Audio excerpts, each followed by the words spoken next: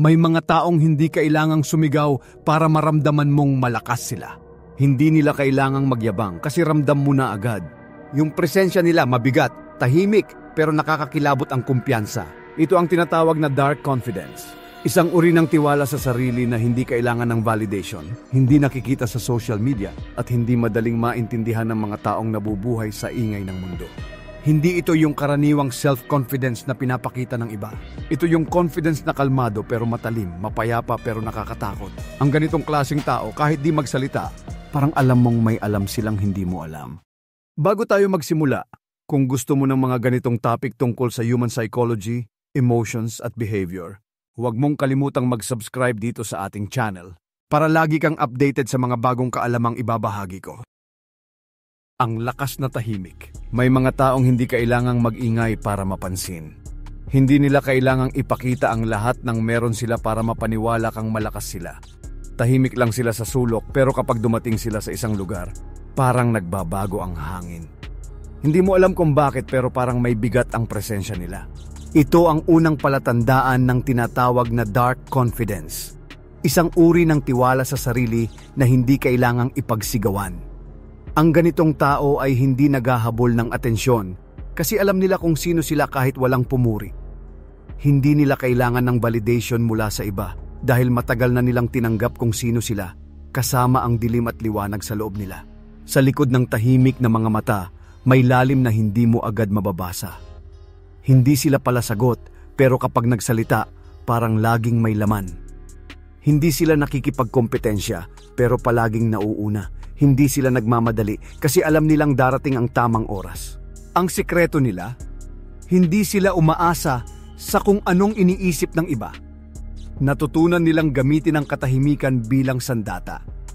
Habang ang iba ay nag-aaksaya ng oras sa pagpapakita ng galing, sila nananahimik, nagmamasid at nag-iipon ng lakas. At kapag dumating ang panahon na kailangan nilang kumilos, sapat na ang isang salita, isang titig, o isang desisyon para baguhin ang buong sitwasyon. Ang tunay na kumpiyansa ay hindi kailanman maingay. Ito ay dumadaloy sa mga taong kayang tumingin sa sarili nila at tanggapin ang mga bahaging ayaw makita ng iba. Dahil minsan, ang pinakamatinding anyo ng lakas ay yung kay tahimik na hindi mo na kailangang patunayan pa. Ang sikretong pinagmumulan ng dark confidence. Ang dark confidence ay hindi basta-basta ipinanganak sa isang tao. Hindi ito natutunan sa mga libro at lalong hindi ito basta nakukuha sa mga motivational quotes na nakikita mo sa social media. Ang pinagmumulan nito ay mas malalim, mas madilim at minsan masakit. Karamihan sa mga taong may ganitong klaseng kumpiyansa ay dumaan sa tahimik na pakikibaka. Naranasan nilang maliitin, pagtawanan o ipahiya. Ngunit imbes na masira, natutunan nilang magtago ng apoy sa loob nila. Hindi para maghiganti, kundi para patunayan sa sarili na hindi nila kailangang patunayan ang kahit ano. Ang dark confidence ay bunga ng pagkatalo na ginawang lakas. Ito ay nabubuo kapag natutunan mong yakapin ang mga bahaging ayaw mong tanggapin noon. Ang insecurity na dati mong ikinahihiya, ngayon ay nagiging dahilan para maging mas matatag ka.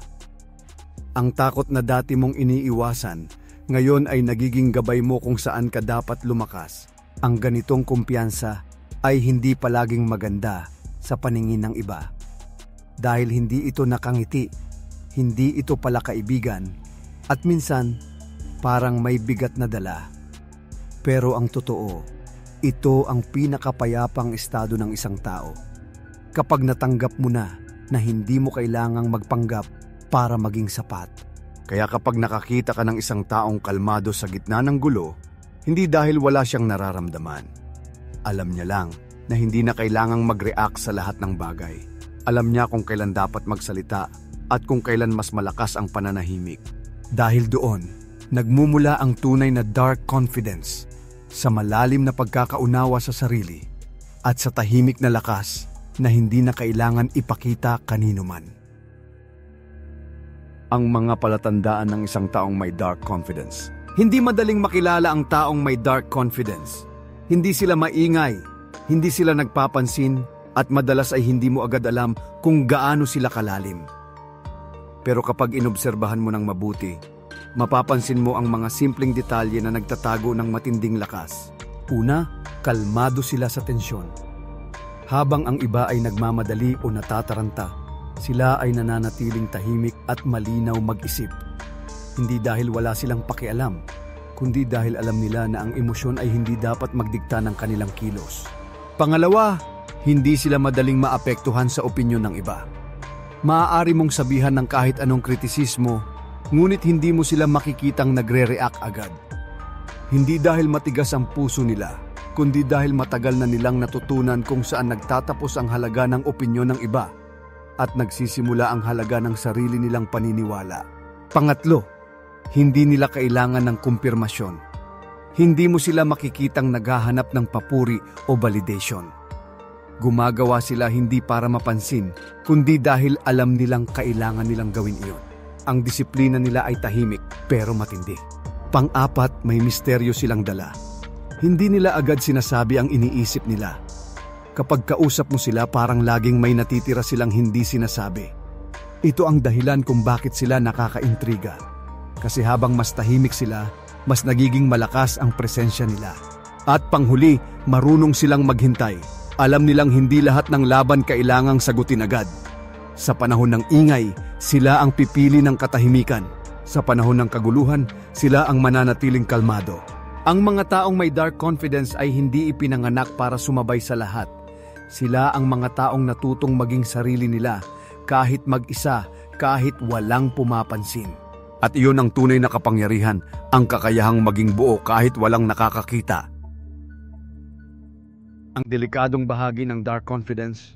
Ang dark confidence, sa kabila ng lakas na dala nito, ay may madilim na bahagi.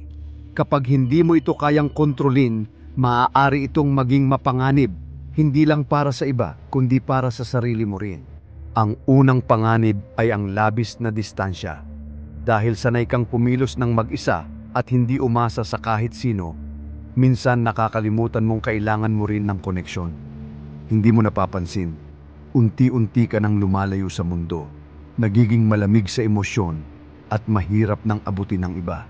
Pangalawa, ang pride na tahimik pero matindi.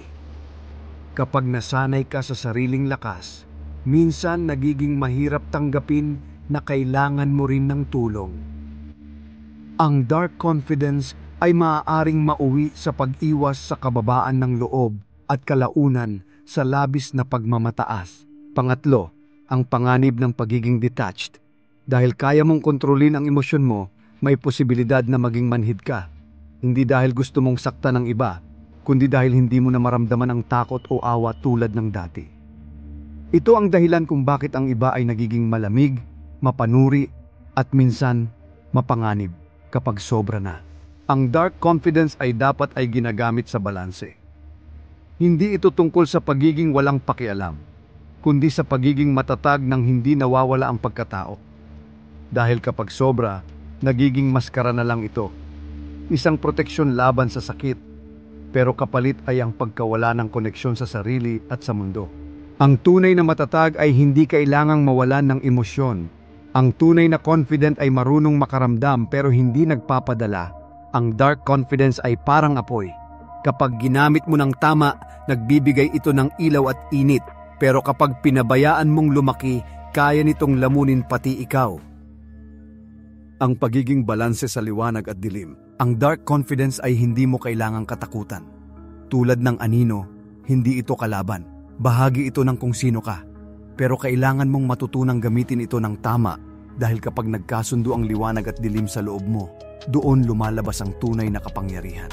Ang balanse ay nagsisimula sa pagtanggap. Tanggapin na may mga sandaling matapang ka, pero may oras ding marupok ka. Tanggapin na minsan, kailangan mong manahimik, pero may panahon ding dapat mong ipaglaban ang sarili mo. Hindi mo kailangang maging perpekto. Ang kailangan mo lang ay maging totoo. Ang tunay na dark confidence ay hindi kabaligtaran ng kabaitan. Ito ay kakayahang manatiling mabuti kahit alam mong kaya mong maging malupit. Ito ang kakayahang pigilan ang sarili kahit kaya mong manakit. Ito ang lakas na hindi kailangang ipakita dahil sapat na ang alam mong nandoon ito. Kapag natutunan mong maglakad sa pagitan ng liwanag at dilim, hindi ka na madaling matakot. Hindi ka na kailangang magpanggap para tanggapin. At hindi mo na kailangang magtago para maramdaman mong malakas ka. Sa dulo, ang dark confidence ay hindi tungkol sa pagiging misteryoso o malamig. Ito ay tungkol sa pagkakaroon ng tahimik na lakas na nagmumula sa pagkakakilala mo sa sarili mo. Ang taong tunay na confident ay hindi kailanman kailangang patunayan ang kahit ano dahil kilala na niya kung sino siya kahit walang nakakakita. At kapag narating mo na ang ganitong estado, hindi mo na kailangang habulin ang respeto ng iba. Kusang darating iyon dahil mararamdaman nila, hindi sa mga salita mo, kundi sa presensya mong hindi kayang baliwalain. Sa dulo, matutunan mong hindi mo kailangang sumigaw para marinig. Hindi mo kailangang magpanggap para mapansin. Dahil kapag tunay kang may kumpiyansa, mararamdaman iyon ng iba kahit wala kang sabihin. Ang dark confidence ay hindi tungkol sa pagpapakitang gilas. Ito ay tungkol sa pagkakaroon ng tahimik na lakas, disiplina, at malalim na pag-unawa sa sarili. Kapag natutunan mong yakapin ang dilim sa loob mo, matutuklasan mo rin ang liwanag na hindi kayang ibigay ng iba. Kaya tandaan mo, ang pinakamapanganib na tao ay hindi yung pinakamalakas magsalita, kundi yung kalmadong alam ang sarili niyang halaga. Kaya kung gusto mo pang matutunan ang mga ganitong psychology insights tungkol sa human behavior at personal development, mag-subscribe ka na at i-turn on ang notification bell para lagi kang updated sa mga bagong episode dito sa ating channel.